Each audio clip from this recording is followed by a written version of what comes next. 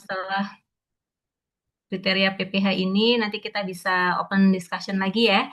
Oke, saya lanjutkan dulu tadi sampai di tempat pendistribusian. Nah, selanjutnya untuk tempat penjualan, Bapak Ibu ya. Ini sama, prinsipnya sama. Jadi harus dipisahkan sarana penjualan maupun proses penjualan antara produk halal dengan non halal. Jadi kalau di tempat penjualan, berarti ini kita misalkan Bapak Ibu mengaudit di retail begitu ya di swalayan atau di hipermarket.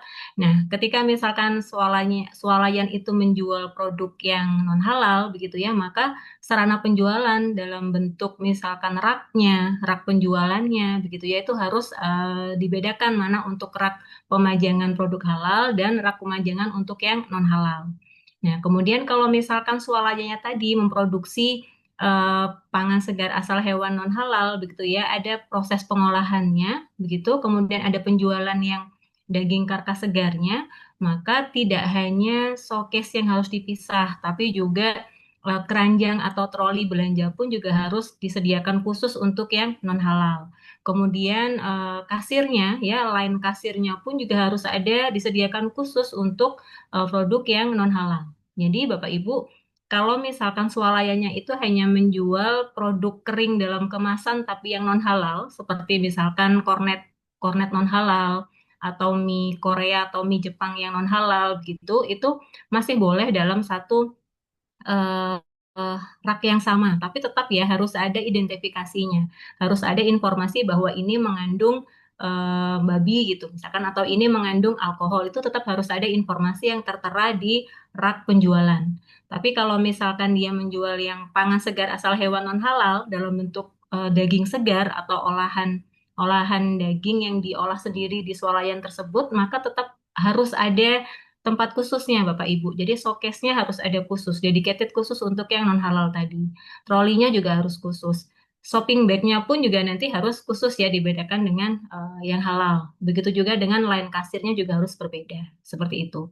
Nah, tadi ada yang bertanya di kolom chat, bagaimana supaya kita menjaga ini ya kalau misalkan karyawannya non muslim, terus kalau misalkan makan bersama dan sebagainya gitu gimana cara kita menjaganya. Nah, Bapak Ibu nanti pelaku usaha itu kan selain membuatkan prosedur tahapan aktivitas kritis ya, harus membuat juga beberapa aturan untuk karyawan, aturan untuk pengunjung. Nah, aturan karyawan di situ kita bisa kunci Bapak Ibu dalam artian bisa kunci itu supaya mencegah kontaminasi dari si karyawan yang non-muslim, kita buat aturan bahwa dilarang misalkan membawa atau mengkonsumsi makanan non-halal di area produksi, di area pemajangan. Intinya di sarana produksi, di sarana tempat usaha tidak diperbolehkan membawa dan mengkonsumsi produk non-halal. Misalkan kemudian dibuatkan aturan lagi setelah misalkan sampai ke sarana produksi atau sarana tempat usaha, si karyawan non-muslim harus segera bersuci sesuai dengan ketentuan pensucian najis berat. Seperti itu juga boleh. Itu untuk mengunci supaya tidak ada potensi kontaminasi najis dari pekerja. Nah, kemudian bagaimana Bapak Ibu bisa memastikan bahwa kalau pada saat mengaudit itu memastikan PPH ini tidak ada kontaminasi gitu ya, misalkan areanya tempat usahanya itu kecil, sempit, terbatas gitu ya. Gimana cara kita bisa memastikan efektivitas PPH ini supaya terbebas dari kontaminasi ya kita bisa lihat dari ini Bapak Ibu kan harus dibedakan ya. Tadi sudah saya bahas di sebelumnya alur masuk karyawan, alur masuk barang itu kan harusnya alurnya berbeda, tidak jadi satu alur yang sama. Nah, itu tujuannya itu supaya tidak ada kontaminasi silang. Kemudian kan harus ada segregasinya, harus ada pemisahan ya, mana untuk yang halal dengan non halal, batas-batas itu harus ada, harus jelas. Lalu identifikasi. Labeling-labeling itu juga sebagai salah satu implementasi yang bisa diterapkan oleh pelaku usaha ya untuk menerapkan supaya ini benar-benar bisa dipisahkan mana yang halal dengan yang non halal, mana untuk ini ya untuk identifikasi supaya tidak ada potensi kontaminasi itu juga bisa dari identifikasi, bisa segregasi, bisa pembedaan alur masuk barang dan karyawan. Seperti itu Bapak Ibu, menjawab beberapa pertanyaan dari kolom chat. Selanjutnya tempat penyajian. Ini misalkan untuk hotel, kemudian untuk restoran atau rumah makan begitu ya. Kalau di rumah makan misalkan rumah makannya ini juga menjual yang non halal dan halal, maka secara fisik bangunannya harus berbeda ya Bapak Ibu ya, tidak di dalam satu gedung yang sama. Misalkan lantai 2 untuk yang non halal, lantai 1 untuk yang halal. Ini biasanya terjadi untuk yang hotel-hotel, hotel yang bintang 5 yang mau sertifikasi halal ya. Mereka tetap mau menjual untuk yang produk non halal, biasanya masih bisa dilakukan sertifikasi halal dengan cara seperti itu. Dibedakan ininya, misalkan untuk yang lantai 3 untuk yang proses dan dining untuk non halal, yang lantai empatnya untuk yang halal. Seperti itu. Jadi harus tetap dibedakan sarana pengolahan sampai dengan penyajiannya tetap harus benar-benar dipisahkan antara produk halal dengan non halalnya. Seperti itu. Oke, kemudian terkait dengan peralatan ya Bapak Ibu, ini sudah saya bahas juga. Jadi dipastikan juga peralatan itu benar-benar terpisah, mana untuk peralatan yang diperuntukkan untuk produksi halal dan non halal. Kemudian begitu juga dengan tempat pembersihannya. Jadi yang dimasukkan di sini itu pelaku usaha harus menyediakan tempat khusus ya untuk mencuci, untuk membersihkan peralatan produk halal dan non halal. Harus dibedakan. Bapak Ibu nanti ketika observasi langsung di lapangan, meninjau di lapangan harus melihat apakah benar sudah ada sarana pencucian untuk produk halal, apakah ada juga sarana untuk pencucian yang non halal. Begitu juga dengan sarana pemeliharaan alat. Jadi maintenance-nya sendiri pun juga harus dipisah Bapak Ibu, tidak boleh dalam satu tempat yang sama. Nah, yang paling penting juga tempat penyimpanan alat nih, Bapak Ibu. Ya, misalkan tadi yang di hotel nih, Bapak Ibu ada sarana untuk yang non halal, maka tempat penyimpanan peralatan masaknya berarti harus dibedakan, tidak boleh bercampur. Gitu. Paling amannya diberikan identifikasi juga atau labeling ya, supaya tidak tertukar peralatannya.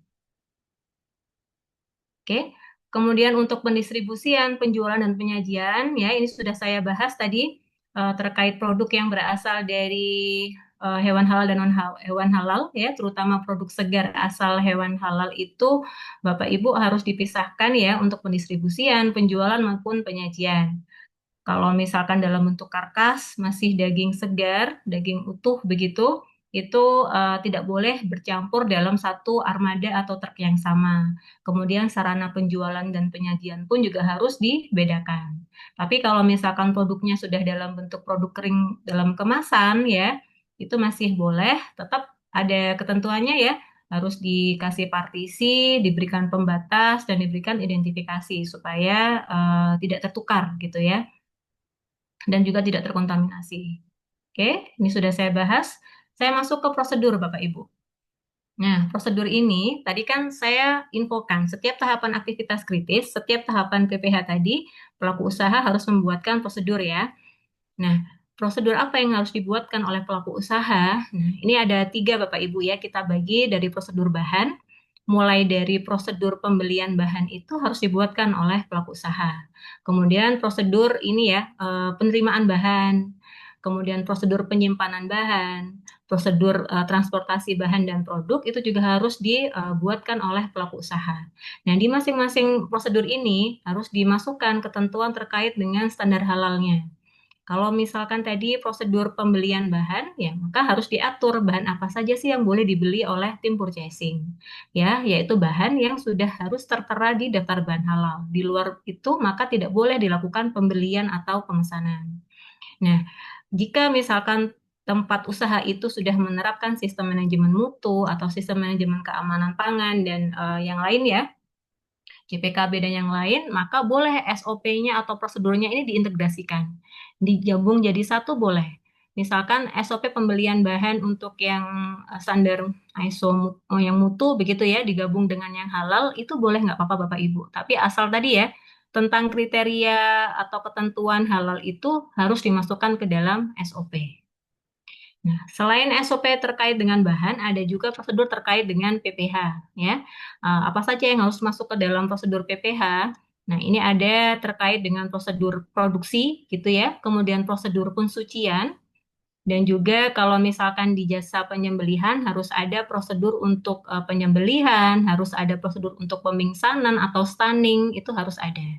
Kemudian kalau di manufacture ketika mau merilis produk baru gitu ya, itu juga harus ada prosedurnya. Nah, prosedur ini boleh Bapak Ibu dijadikan satu boleh ya kalau misalkan skala usaha mikro kecil kan agak kesulitan ya membuat prosedur karena mereka tidak terbiasa dengan sistem. Itu boleh dijadikan satu ya, misalkan jadi satu prosedur bahan itu boleh. Namun kalau industri besar saya yakin kan sudah ini ya sudah familiar dengan prosedur. Nah, itu sebaiknya setiap tahapan PPH dipisah-pisah prosedurnya. Kemudian selanjutnya adalah ada prosedur produk. Nah, ini di sini berarti diatur harus dibuatkan prosedur ketertelusuran kehalalan produk. Kemudian dibuatkan juga prosedur penanganan pada produk yang tidak memenuhi kriteria halal. Jadi ketika terindikasi ada produk yang ternyata tercemar atau terkontaminasi oleh bahan haram atau diproduksi pada fasilitas yang terkontaminasi najis, maka sebetulnya harus ditangani produk akhirnya tersebut, Bapak Ibu. Nah, apa saja penanganannya, bagaimana metodenya, itu diatur, disusun di dalam prosedur penanganan produk tidak memenuhi kriteria halal. Kemudian harus juga ada Bapak Ibu ketika misalkan di manufacture ya, ketika ada pengembangan produk baru, mau dari tim R&D-nya nih riset mau ada launching produk baru terkait formulasinya, kemudian pengembangan produk baru itu juga harus dibuatkan prosedurnya. Begitu juga dengan kalau misalkan di restoran gitu ya atau di hotel ada pemajangan produknya ya. Nah, maka harus juga ada prosedur displaynya atau prosedur pemajangan produknya. Selanjutnya juga dilengkapi terkait dengan aturan pengunjung dan juga aturan karyawan. Begitu Bapak Ibu. Nah, prosedur ini kan harus dibuatkan oleh pelaku usaha. Nah, Bapak Ibu sebagai auditor halal, nanti ketika ini ya melakukan proses audit, biasanya sebelum turun langsung ke lapangan itu kan ada ini tinjauan dokumen gitu ya, observasi dokumen. Nah, di situ Bapak Ibu periksa kelengkapan dokumen prosedur pelaku usaha apakah sudah lengkap. Apakah di masing-masing prosedur itu sudah ditambahkan ketentuan halalnya atau tidak? Nah, itu Bapak Ibu bisa periksa, ya. Nah, selanjutnya pastikan Bapak Ibu ya, prosedur yang sudah dibuat oleh pelaku usaha itu dilakukan sosialisasi. Jadi pelaku usaha itu tidak hanya membuat prosedurnya saja, tapi mereka juga harus mensosialisasikan prosedur ke semua karyawan. Nah, Bapak Ibu nanti periksa. Kalau misalkan sosialisasi itu Bapak Ibu bisa cek dalam bentuk apa. Berarti Bapak Ibu cek gimana sih cara sosialisasi karyawannya. Apakah melalui briefing atau bagaimana? Kalau misalkan briefing, berarti Bapak Ibu mintakan bukti dokumen berupa misalkan dokumentasi foto briefingnya atau misalkan dokumen berupa daftar hadir briefingnya. Itu seperti itu bisa dimintakan ya sebagai bentuk untuk menilai, untuk memeriksa apakah pelaku usaha sudah betul-betul mensosialisasikan semua prosedur kepada karyawan. Bisa juga melalui metode interview ya, ditanya langsung ke karyawan. Sudah tahu belum prosedur bahan? Apa isinya prosedur bahan? Kalau penerimaan bahan, apa saja yang perlu dilakukan? Itu juga bisa dilakukan seperti itu ya, Bapak Ibu ya, bisa cross check saja, bisa observasi langsung di lapangan ya, atau observasi tinjauan bisa observasi dengan mengecek dokumen, bisa juga melakukan wawancara. Oke, ini terkait prosedur pensucian. Ini harus ada Bapak Ibu ya, karena kita eh, sertifikasi halal, otomatis ketika misalkan sarana prasarana produksinya itu terkontaminasi oleh najis, maka kan pelaku usaha harus mensucikan. Nah, bagaimana cara pensuciannya kan harus sesuai dengan ketentuan syar'i. Begitu ya Bapak Ibu ya, sesuai dengan kategori najisnya.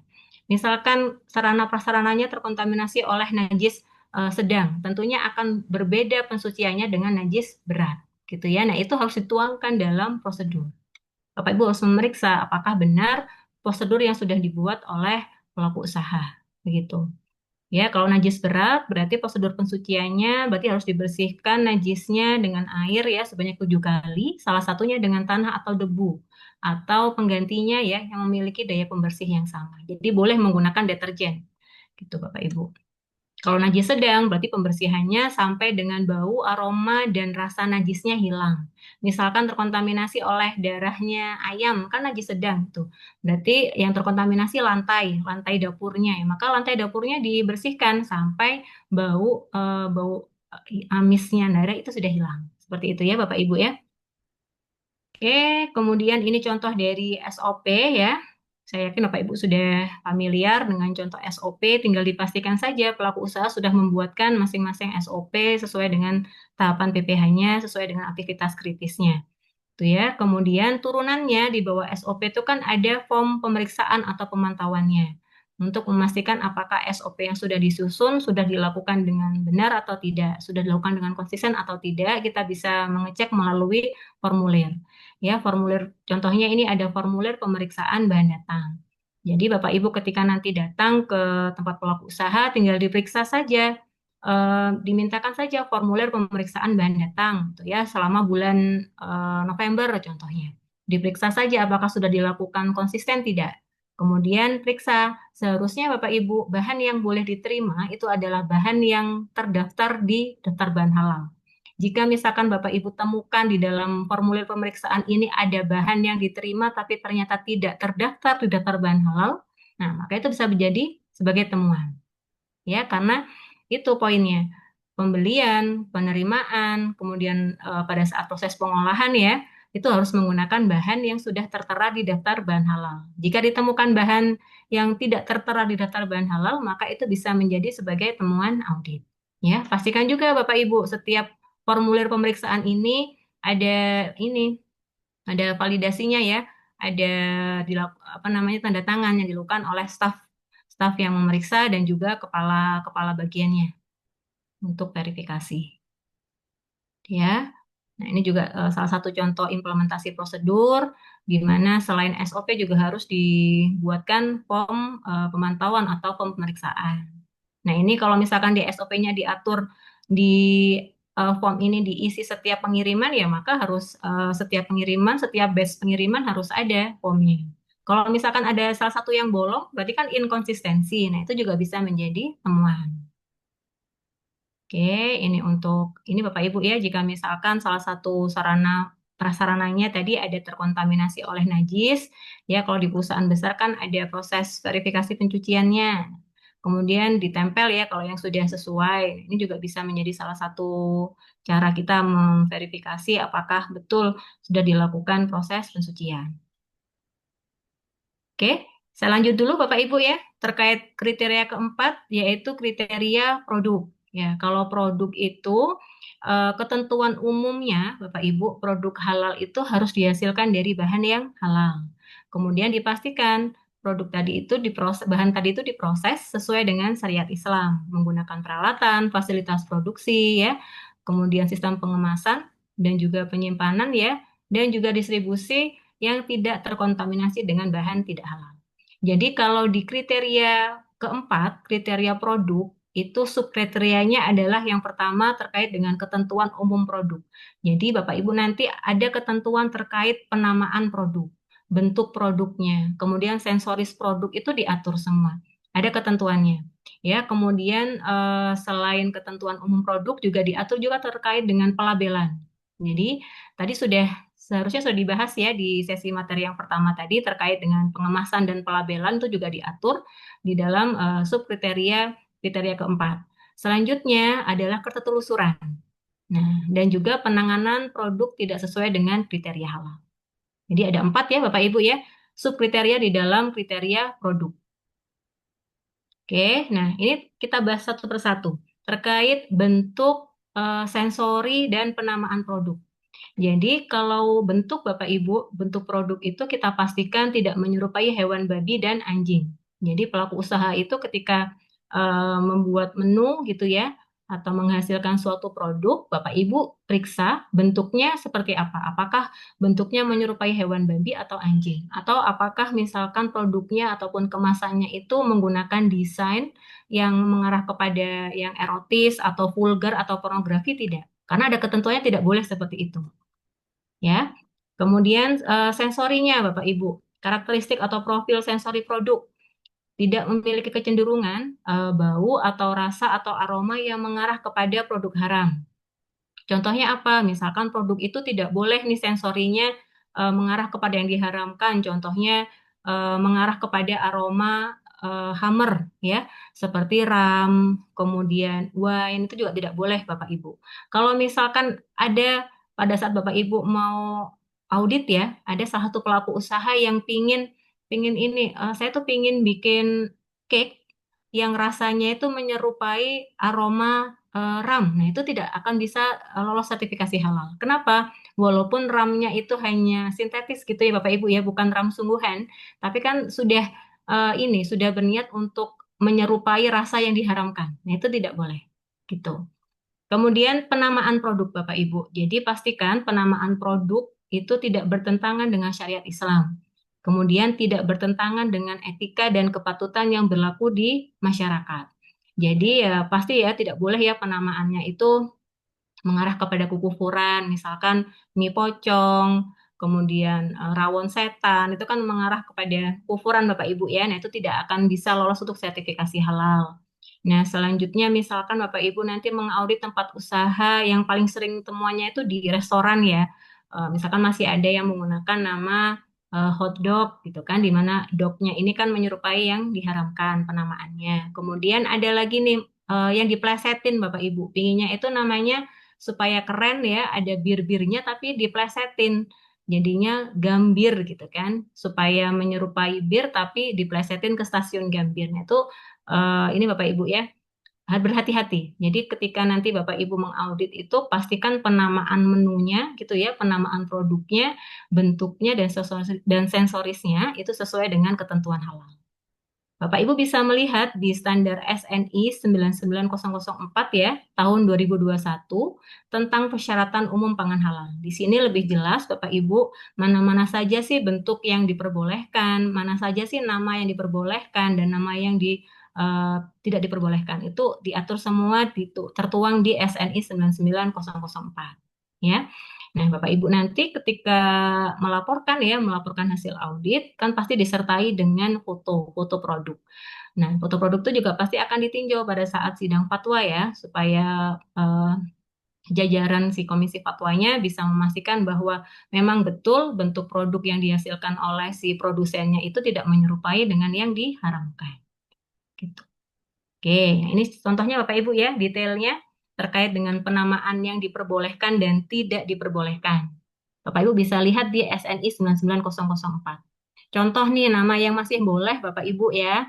Penamaan atau simbol ini ya persyaratannya nama atau simbol kekufuran, kemaksiatan dan atau berkonotasi negatif. Yang tidak diperbolehkan berarti apa Bapak Ibu? Contohnya misalkan mie setan, mie iblis gitu ya, gambar atau bentuk erotis dan porno. Tapi yang diperbolehkan, nah ini contohnya apa yang diperbolehkan? Misalkan bentuk biskuit Gingerman, bentuk biskuit snowman, itu masih boleh. Kemudian kata-kata seperti gongsi facoy, itu juga masih diperbolehkan. Ya.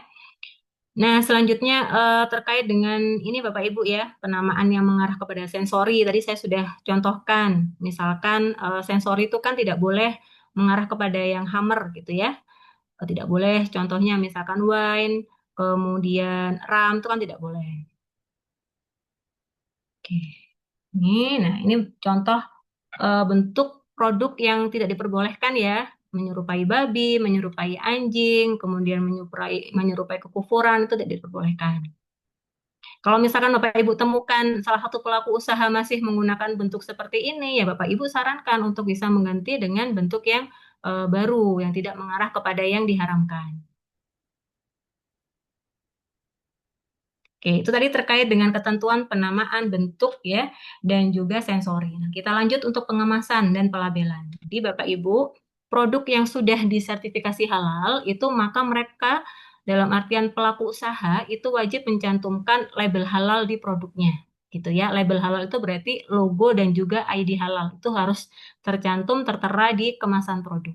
Namun ada pengecualian, Bapak Ibu, ada pengecualian dikecualikan untuk misalkan produk yang dikemas dalam bentuk yang sangat kecil dan juga misalkan produk yang dijual dalam bentuk curah atau dijual langsung ke depan pembeli itu dikecualikan dari pencantuman label halal.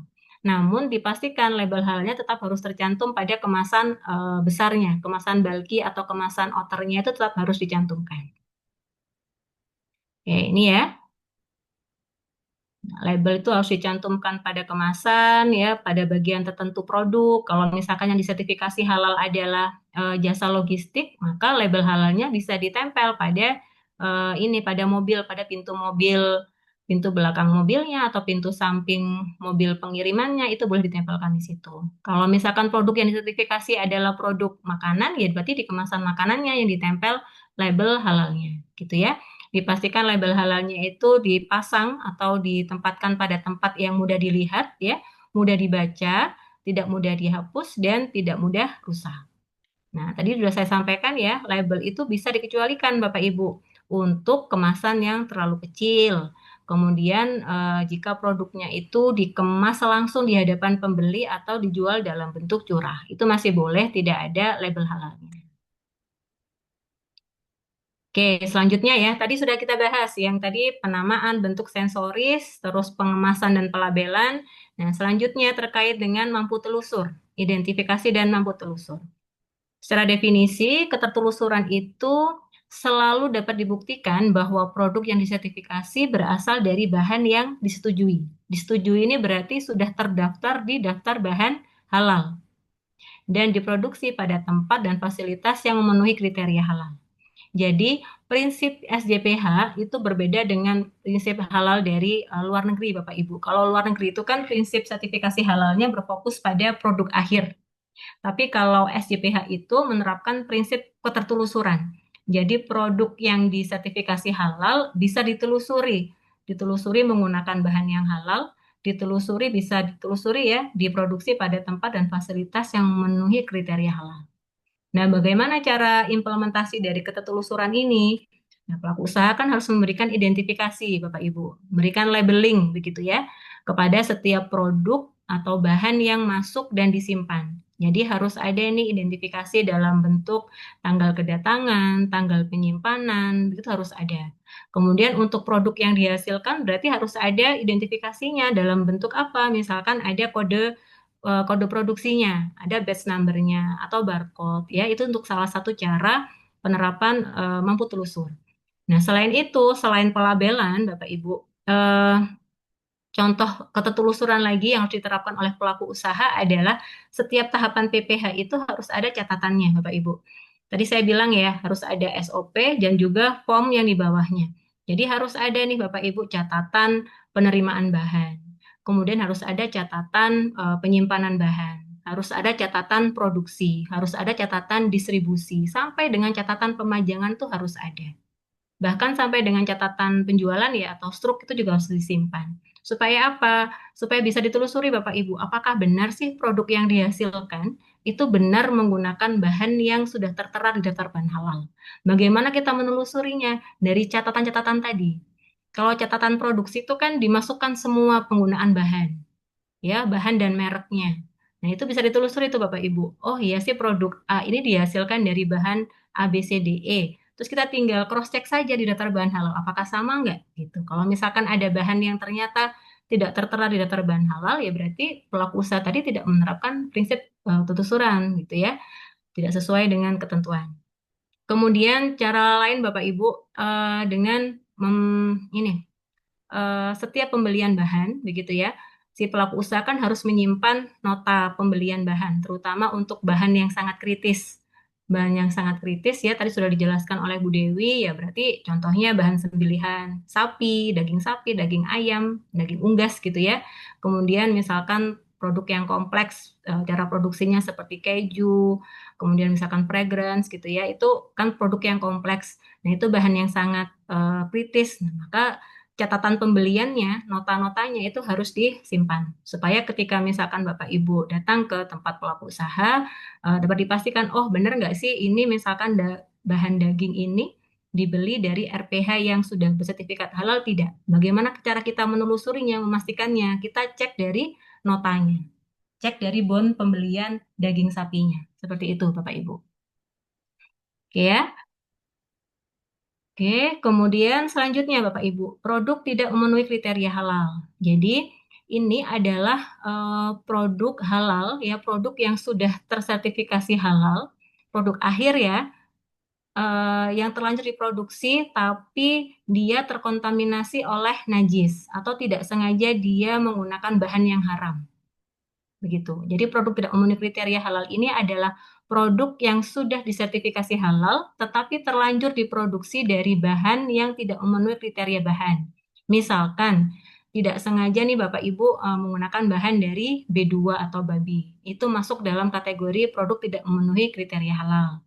Contoh lagi, misalkan produk daging bakso sapi. Oh, ternyata daging sapinya ini dihasilkan dari ini jasa penggilingan yang ternyata di pasar ya Bapak Ibu kita tidak tahu ternyata itu ada salah satu bahan yang tidak halal. Nah, itu produk akhirnya kita kategorikan sebagai produk tidak memenuhi kriteria halal.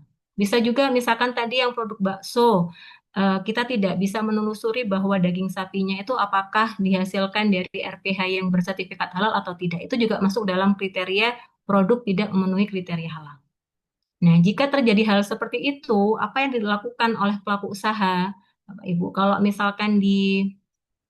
misalkan ya di pabrik umum gitu kalau misalkan sesuai standarnya kalau terjadi produk yang tidak sesuai dengan kriteria itu kan masih bisa di rework, masih bisa di downgrade atau direformulasi. Misalkan bentuknya ada yang nggak simetris atau misalkan rasanya ada yang kurang asin atau apa itu kan masih bisa direformulasi, masih bisa di rework lagi atau dijual murah begitu ya.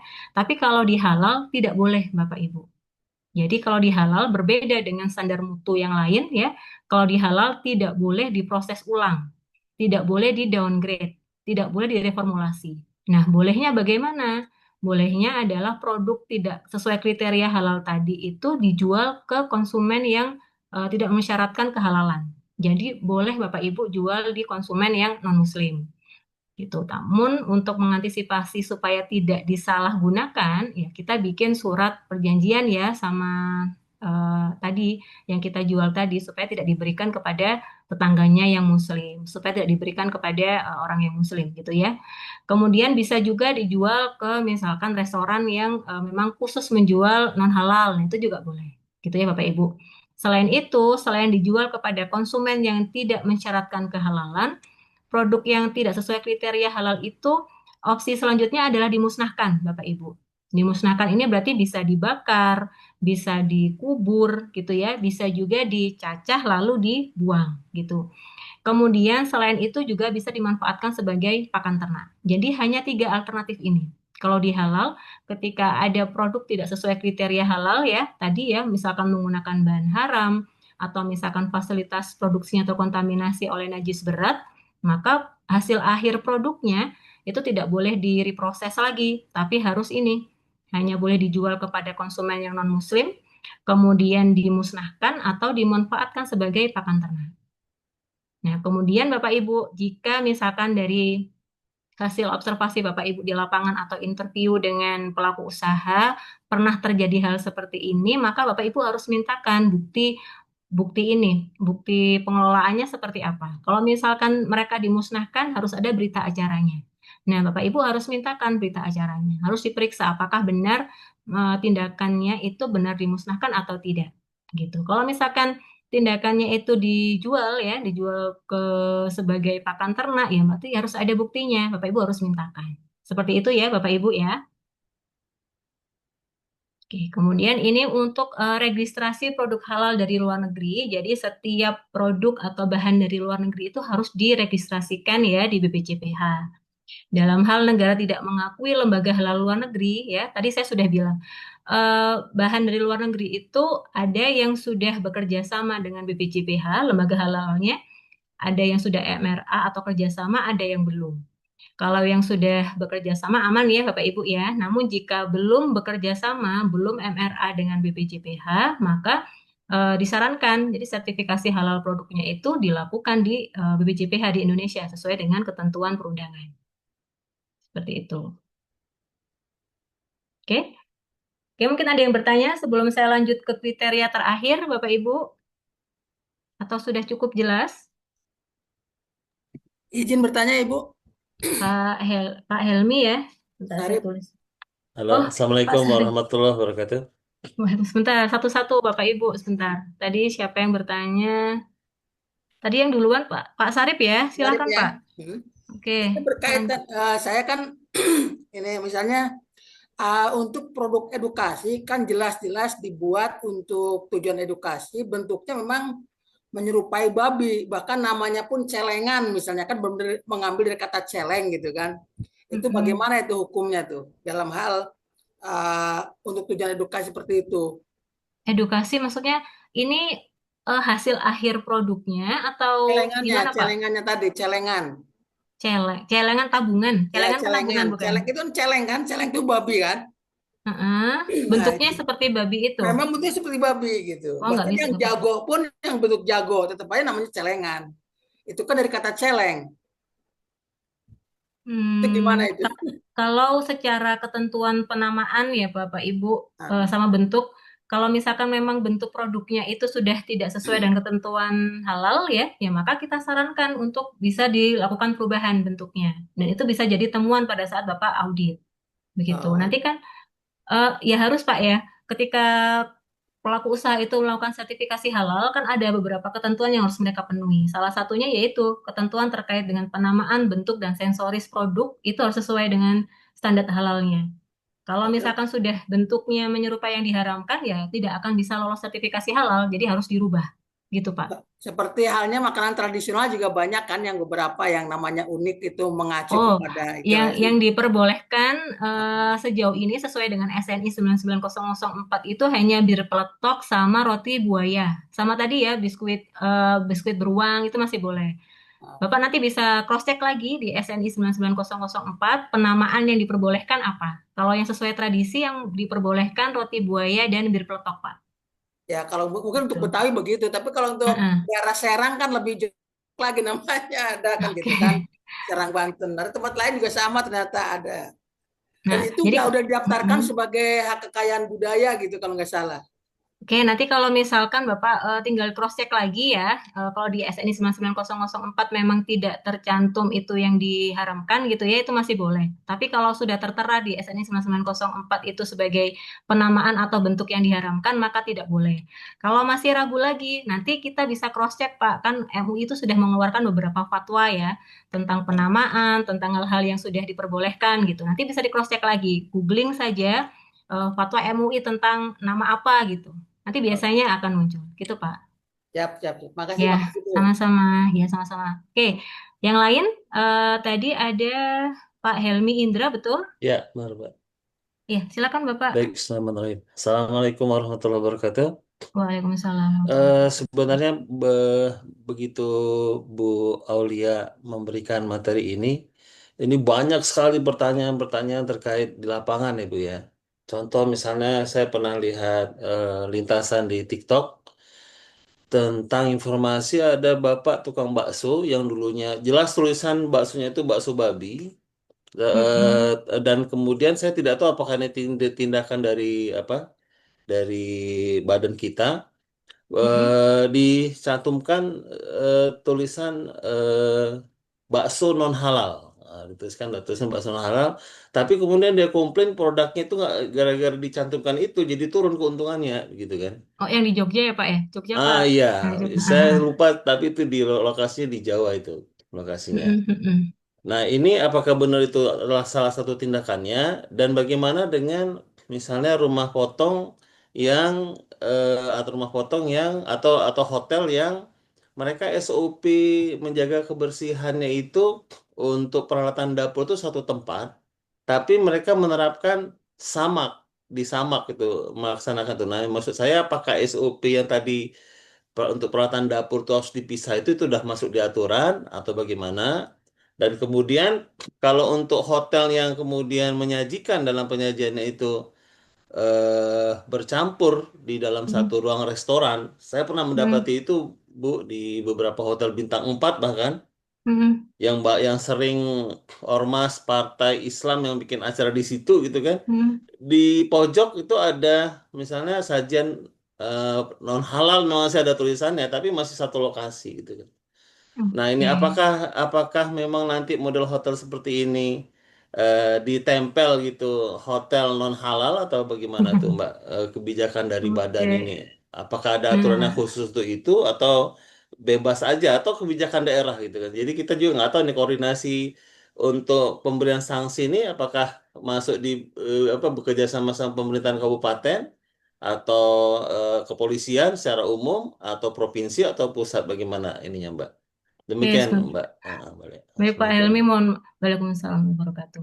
Baik, sebetulnya saya mohon maaf dulu karena ini sudah di luar kewenangan saya untuk menjawab ya. Ini yang lebih cocok menjawab di sesi pertama Pak Helmi sebetulnya dari sisi ini ya regulator BPJPH terkait misalkan tadi ada pelaku usaha yang menyalahi aturan begitu ya itu sebetulnya kewenangan mereka untuk memberikan sanksi dan sebagainya. Namun saya jawab sebagai praktisi halal saja ya Bapak. Kalau yang terkait hotel, hotel itu memang kalau misalkan mereka melakukan proses sertifikasi halal maka tidak boleh seperti itu. Jadi mungkin yang Bapak temukan itu berarti hotelnya masih belum sertifikasi halal.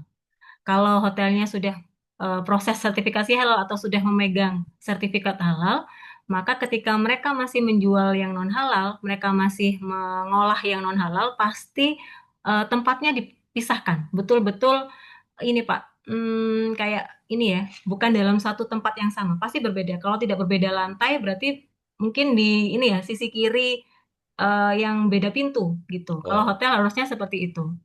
Berarti kalau misalkan Bapak masih temukan ada hotel yang dalam satu tempat yang sama menyajikan non halal, berarti bisa jadi kemungkinan besar itu masih belum sertifikasi halal. Nah, kewajiban-kewajiban itu kan sebetulnya harus dipenuhi di tahun 2024 ini, 2026 ya Bapak Ibu ya, untuk yang hotel gitu ya. Nah, nanti kita tinggal tunggu saja kalau misalkan lewat dari tenggat waktu itu, bagaimana sanksi dan sebagainya, nanti kita tunggu dari regulator BPJPH. Gitu Pak. Gitu sih Pak, karena bukan kewenangan saya ya untuk menjawab terkait sanksi dan yang lain-lain. kalau Tapi yang penempelan selanjutnya, stiker ini bakso non halal tuh sudah termasuk betul sebetulnya oh Pak. benar ya. Oh. Jadi jadi barang itu bisa berupa maaf, produk ya bisa berupa barang ataupun jasa yang beredar di Indonesia itu kan wajib bersertifikat halal, begitu ya. Tapi jika misalkan memang mereka itu bukan dari bahan yang halal, gitu ya, mereka mengandung bahan yang haram, maka tinggal dicantumkan saja seperti yang tadi saya contohkan di penjualan tadi ya Bapak, tinggal dicantumkan saja di rak penjualannya, tinggal dicantumkan saja di gerobaknya, mengandung babi, mengandung hammer, itu sudah cukup. Jadi tidak tidak melu, gini, jadi tidak serta merta semua produk yang masuk beredar di Indonesia itu wajib halal, semuanya harus halal, semua itu tidak. Ketika produknya itu mengandung bahan yang diharamkan, ya mereka harus berkewajiban mencantumkan keterangan non halal di produknya, gitu Pak. Terima Gitu. kasih Mbak. Ya, sama-sama. Eh, Pak Isya atau Bu Isya, mohon maaf. Ada yang bertanya Pak Isya atau Bu Isya, mohon maaf jika saya salah panggil Bapak atau Ibu Halo, ini. Ibu, bisa Bu? ya Iya. silakan Ibu. Oke, terima kasih Bu Aulia atas kesempatannya. Ibu, saya mau menanyakan nih, misalnya kita sudah punya produk halal yang kemudian akan kita kirim ke suatu tempat, berarti kan dengan menggunakan armada yang belum tentu gitu ya kehalalannya, karena kan armada yang bersertifikat halal ini kan masih jarang ya. Nah, ini bagaimana nih Mm-mm. status produk kita setelah sampai di sana? Kemudian yang kedua, seandainya di Sebentar, unit mohon maaf Bu, gimana? Mohon maaf, ketika, ketika kita mau kirim barang, Mm-mm. produk yang mau kita kirim itu sudah bersertifikasi halal. Mm-mm. Mm-mm. Kemudian kita akan kirim, misalnya ini ada pesanan dari luar daerah gitu ya. Nah, kemudian Mm-mm. kita menggunakan armada yang belum tentu halal gitu, karena kan Mm-mm. terbatas Mm-mm. ya untuk armada yang Oke, bersertifikat halal oke. ini. Nah, itu Mm-mm. bagaimana status produk kita setelah di tempat tujuan. Kemudian yang Oke. kedua, ada unit pengolahan ikan yang mempunyai multi produk. Nah, apakah SOP itu dibuat misalnya ini untuk penerimaan bahan? Apakah ini dibuat secara umum untuk semua produk atau harus Mm-mm. masing-masing produk itu dibuatkan SOP-nya? Oh. Mungkin Mm-mm. itu Bu Oke, Aulia, terima kasih. baik Ibu. Baik Bu Isa, saya coba menjawab untuk yang pertanyaan pertama ya. Terkait dengan transporter ya, Bapak Ibu atau distributor.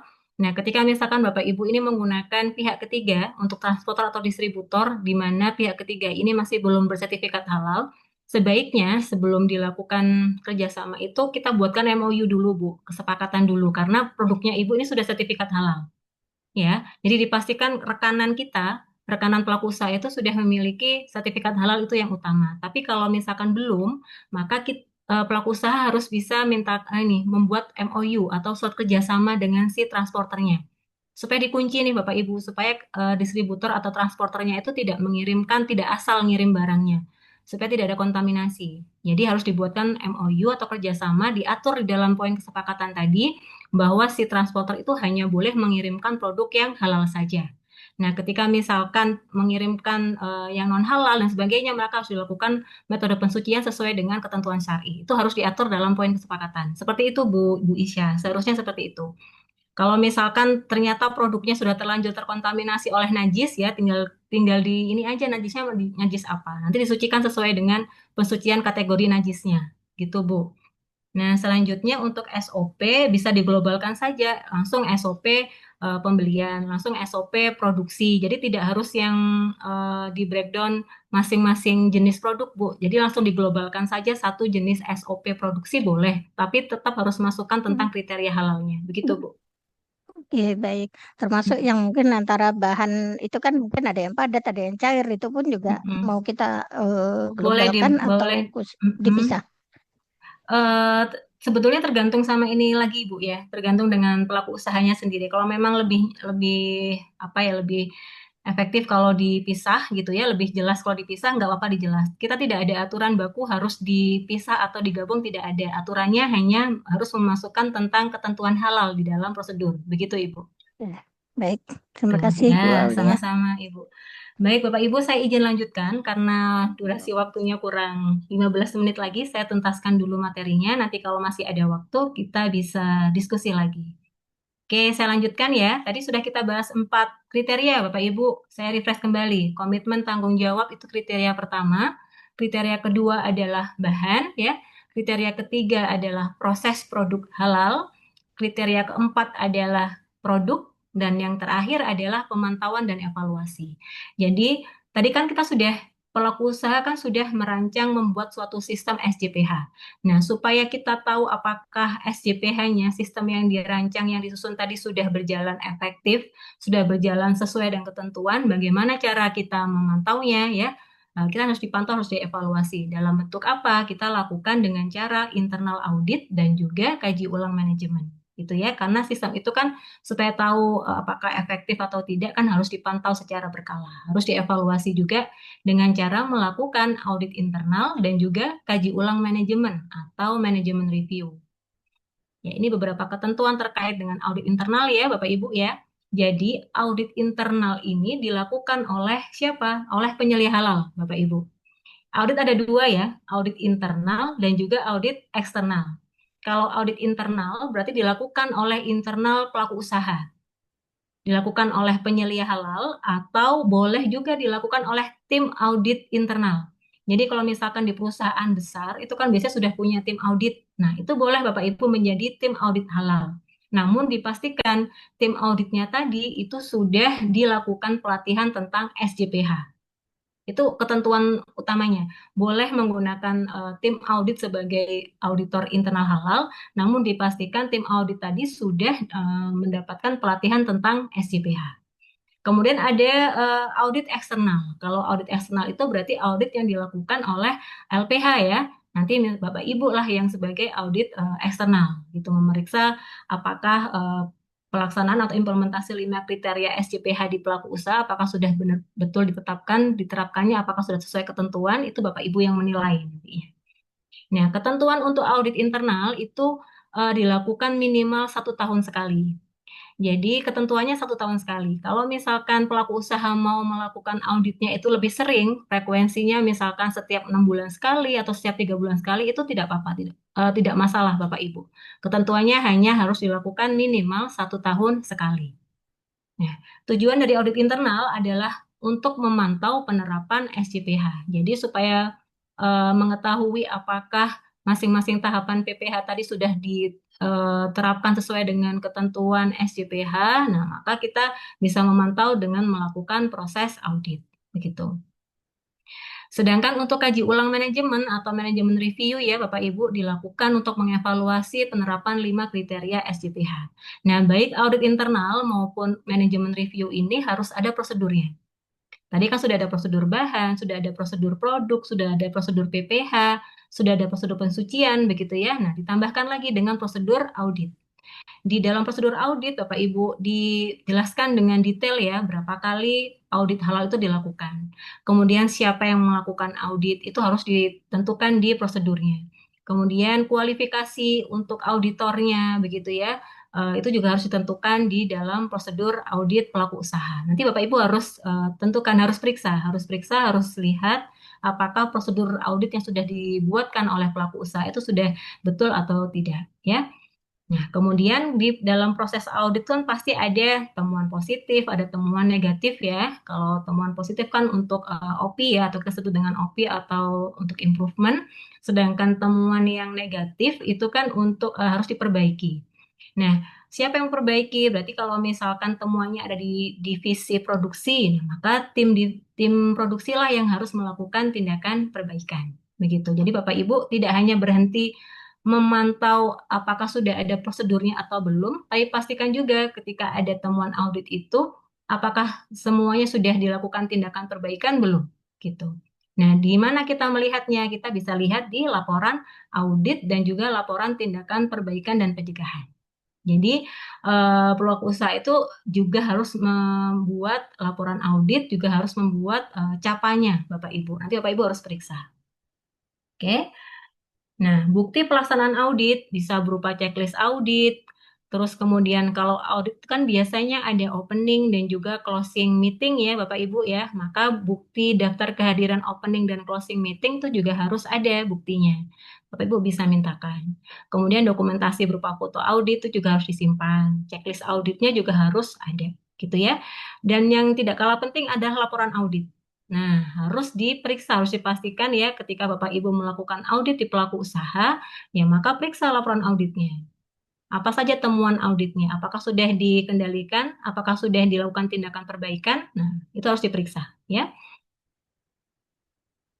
Oke, ini untuk siklus pelaksanaan audit Bapak Ibu ya. Tentunya ada program audit, ada rencana auditnya ya, dibuatkan dulu jadwal auditnya, kemudian disusun dulu checklistnya, begitu ya. Baru kalau misalkan sudah ada program auditnya atau rencana audit tersebut di-notify, disampaikan, disosialisasikan kepada pihak auditi.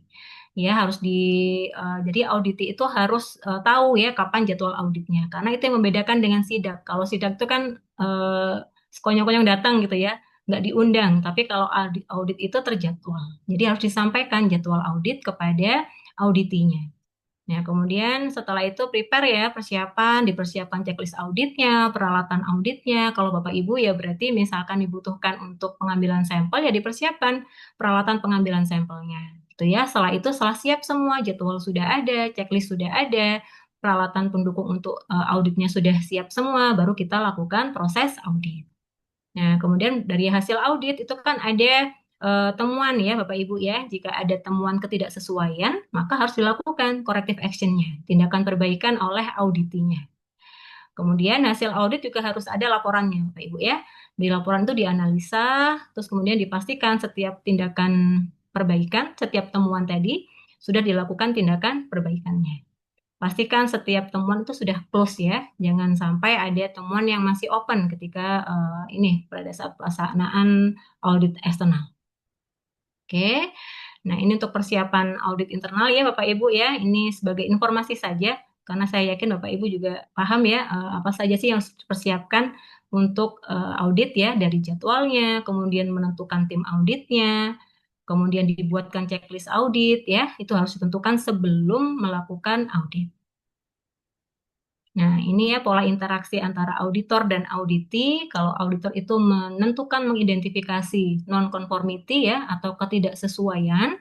Kalau auditi itu mengkonfirmasi non-conformity. Jadi biasanya pada saat closing meeting itu nanti kita ada banding ya, seperti banding ya untuk mengkonfirmasi apakah ini dijadikan sebagai NC atau tidak gitu. Kalau misalkan pada saat closing bisa ditunjukkan perbaikannya atau bisa disanggah ya, maka jangan dimasukkan sebagai temuan. Itu ya, setiap temuan jangan lupa dilakukan tindakan perbaikannya. Nah, setiap tindakan perbaikan ya harus diverifikasi Bapak Ibu, harus divalidasi juga, dipastikan apakah betul tindakan perbaikan ini sudah menutup temuan. Oke, ini contoh dari pelaksanaan audit ya. Ini ada laporan audit. Bapak Ibu tinggal periksa, Bapak Ibu, ketika di pelaku usaha, mintakan laporan audit yang sudah dijalankan oleh pelaku usaha. Kalau memang misalkan pada saat Bapak Ibu datang belum dilakukan audit ya, jadikan sebagai temuan. Kemudian kalau misalkan sudah dilakukan audit tapi ternyata belum dilakukan tindakan perbaikan sama sekali, ya maka harus dimasukkan juga sebagai temuan ya Bapak Ibu ya. Berarti masih belum selesai, auditnya mereka itu masih belum selesai karena tindakan perbaikan belum dilakukan. Oke, ini contoh dari laporan audit. Masing-masing pelaku usaha biasanya sudah punya template-nya, terutama kalau pelaku usaha dari skala menengah besar. Tapi kalau misalkan masih skala UMK gitu Bapak Ibu ya, kita bisa apa namanya? Misalkan mereka menggunakan template yang sederhana ya kita bisa maklumi ya Bapak Ibu ya, asalkan jelas temuannya apa gitu ya dan buktinya apa sudah jelas. Kemudian ini contoh dari CAPA ya, corrective action dan preventive action. Dipastikan saja setiap tindakan verifikasinya itu juga diuraikan akar penyebab masalahnya apa gitu ya. Selain tindakan perbaikan juga diuraikan juga akar penyebab masalahnya apa. Kemudian tindakan perbaikannya apa ya. Ini sebetulnya harus dilengkapi oleh pelaku usaha. Bapak Ibu tinggal pastikan saja apakah ini sudah dilengkapi atau belum oleh pelaku usahanya.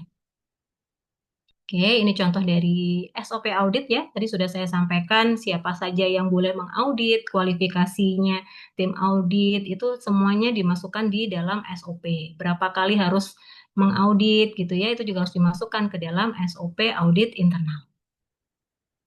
Oke, ini contoh dari checklist audit internal Bapak Ibu. Sebetulnya pelaku usaha itu sudah bisa mengunduh menggunakan template checklist audit yang ada di BPJPH. Di Si Halal itu sudah ada. Tapi kalau misalkan pelaku usaha mau menggunakan template checklistnya sendiri pun ya nggak apa-apa. Mau diintegrasikan dengan manajemen mutu atau keamanan pangan checklist auditnya nggak apa-apa, asalkan kriteria halalnya dimasukkan. Kuncinya di situ. SOP checklist audit tuh boleh disatukan gitu ya, asalkan ini ada ketentuan halal yang dimasukkan ke dalam checklist dan prosedur. Yang nggak boleh dijadikan satu itu manualnya. Jadi harus ada manual mutu sendiri, harus ada manual halal sendiri. Oke, terkait dengan kaji ulang ya, terakhir Bapak Ibu, kaji ulang ini adalah evaluasi untuk menilai aktivitas implementasi 5 kriteria SCPH itu apakah dilakukan sudah sesuai dengan ketentuan tidak. Ya, apakah sistem ini sudah berjalan efektif atau tidak gitu ya, maka dilakukan rapat manajemen. Nah, seharusnya kaji ulang manajemen ini ya Bapak Ibu dihadiri atau dilakukan oleh manajemen puncak atau top manajemen. Supaya apa? Supaya setiap ada kendala itu langsung tersolusikan gitu. Nah, dipastikan untuk manajemen review atau kaji ulang manajemen, pelaku usaha harus punya prosedurnya. Kemudian pelaksanaan kaji ulang manajemen harus minimal 1 tahun sekali. Kemudian harus ada buktinya, Bapak Ibu. Buktinya apa? Buktinya dalam bentuk apa? Dalam bentuk notulen. Notulen meetingnya itu harus ada. Daftar hadir yang menghadiri rapat manajemen itu juga harus didokumentasikan oleh pelaku usaha dan Bapak Ibu harus lihat itu. Apakah sudah betul dilakukan manajemen review atau tidak, gitu ya. Nah, kemudian hasil kaji ulang manajemen ini harus disampaikan ke semua pihak yang menjalankan atau yang bertanggung jawab terhadap implementasi SJPH. Begitu. Nah, beberapa input ya yang bisa dimasukkan ke dalam topik pembahasan kaji ulang, mulai dari hasil audit sebelumnya, hasil kaji ulang sebelumnya, kemudian misalkan ada permasalahan terkait dengan supplier, permasalahan terkait dengan bahan gitu ya, kecukupan sumber daya, dan hambatan-hambatan lain dalam penerapan SJPH itu bisa dimasukkan sebagai topik pembahasan di dalam kaji ulang manajemen. Nah, dari topik pembahasan tadi ada outputnya, Bapak Ibu ya. Setiap kendala-kendala tadi seharusnya sudah diputuskan. Ada solusinya seperti apa untuk perbaikan berkelanjutan, gitu ya. Nah, ini contoh dari notulen kaji ulang manajemen. Ini hanya contoh saja. Nanti bisa disesuaikan ya pelaku usaha. Nanti kan pasti punya template masing-masing. Jadi ini tidak baku template-nya, Bapak Ibu. Menyesuaikan saja. Jadi harus ada dokumen berupa notulen, harus ada dokumen berupa daftar hadir kaji ulang manajemen. Itu yang nanti Bapak Ibu periksa. Jadi SOP-nya diperiksa, kemudian hasil pembahasannya atau notulennya diperiksa, kemudian daftar hadirnya diperiksa, gitu. Oke. Nah, seperti ini ya contoh juga untuk notulen pembahasan kaji ulang manajemen. Jika masih belum dilakukan kaji ulang manajemen, berarti masukkan sebagai temuan Bapak Ibu. Begitu. Oke, nah tadi Bapak Ibu kalau kembali lagi ke pembahasan awal Bu Dewi tadi, pembahasan di KPKBN 20 ya, setelah 5 kriteria SJPH itu ada subbab ke-6 adalah informasi terdokumentasi. Jadi dari sistem tadi kita masukkan ke dalam manual SJPH dan juga harus disusun dokumen berupa SOP maupun form pencatatannya. Gitu ya. Seperti itu.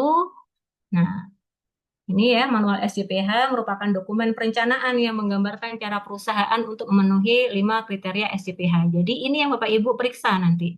Apakah perusahaan atau pelaku usaha sudah memiliki manual SJPH atau tidak. Ya, jadi ini adalah gambaran bagaimana pelaku usaha itu menggambarkan pemenuhan 5 kriteria SJPH. Ya, seperti ini contohnya yang Bapak Ibu ya untuk manual SJPH. Oke. Oke, Alhamdulillah kita sudah menyelesaikan materi SJPH bab kedua ya, lanjutan ya Bapak Ibu. Cukup banyak pertanyaan di kolom chat. Nanti saya balas ya di kolom chat Bapak Ibu, mohon maaf untuk pertanyaan yang belum tersampaikan. Mungkin Bapak Ibu bisa tanyakan di narasumber berikutnya. Kita masih ada 3 hari ke depan ya, bisa ditanyakan ke narasumber berikutnya untuk pertanyaan-pertanyaan yang belum saya jawab. Demikian Bapak Ibu, terima kasih banyak untuk diskusi aktifnya. Saya mohon maaf jika dalam penyampaiannya masih banyak kekurangan. Akhirul kalam, wassalamualaikum warahmatullahi wabarakatuh. Terima kasih Bapak Ibu. Saya